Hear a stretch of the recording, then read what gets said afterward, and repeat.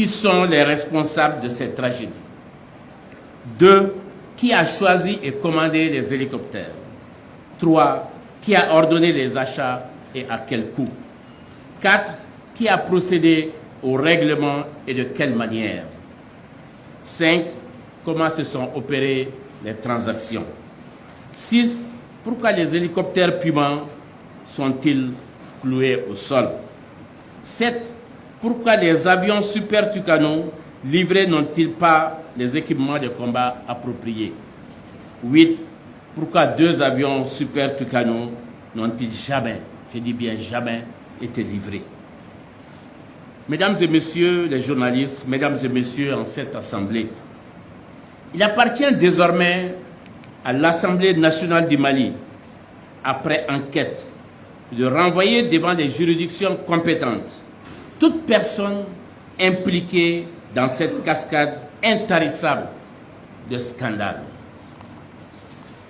Cela qu'il s'agisse du président de la République, chef suprême des armées, du Premier ministre, des ministres et de leurs éventuels complices, civils et militaires, en raison des crimes et délits commis dans l'exercice de leurs fonctions, à savoir la haute trahison, le détournement et la complicité des détournements des fonds publics par l'engagement irrégulier des finances publiques, l'utilisation frauduleuse des deniers publics, le favoritisme, le trafic d'influence et la prévarication, la fabrication de faux et l'usage de faux, l'enrichissement illicite et l'évasion fiscale, la trahison et le mensonge d'État, les fraudes fiscales et douanières.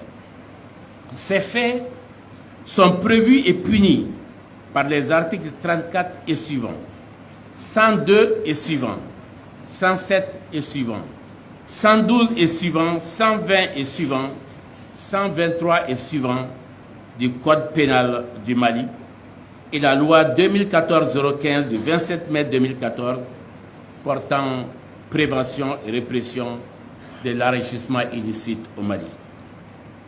Plusieurs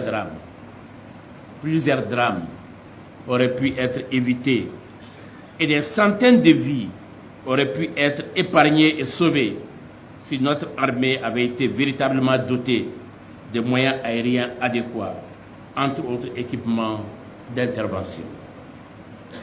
On ne combat pas l'ennemi avec des leurres.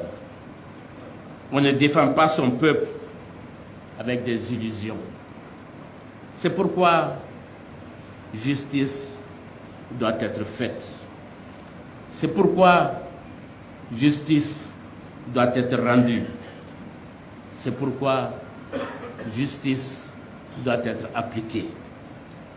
Aussi, à la mémoire des milliers de victimes civiles et militaires de ces dernières années, tombées sous les balles assassines des forces du mal, et plus particulièrement à la mémoire des plus de 500 dernières victimes innocentes, vieillards, femmes enceintes, enfants et bébés non secourus à cause de la coupable défaillance de ces hélicoptères, Puma et autres avions de combat. Je vous prie encore une fois de bien vouloir observer 3 minutes de silence. Je vous remercie pour votre dignité et votre respect en leur mémoire. Justice totale pour elles et fin immédiate de l'impunité au Mali. Je vous remercie de votre aimable attention.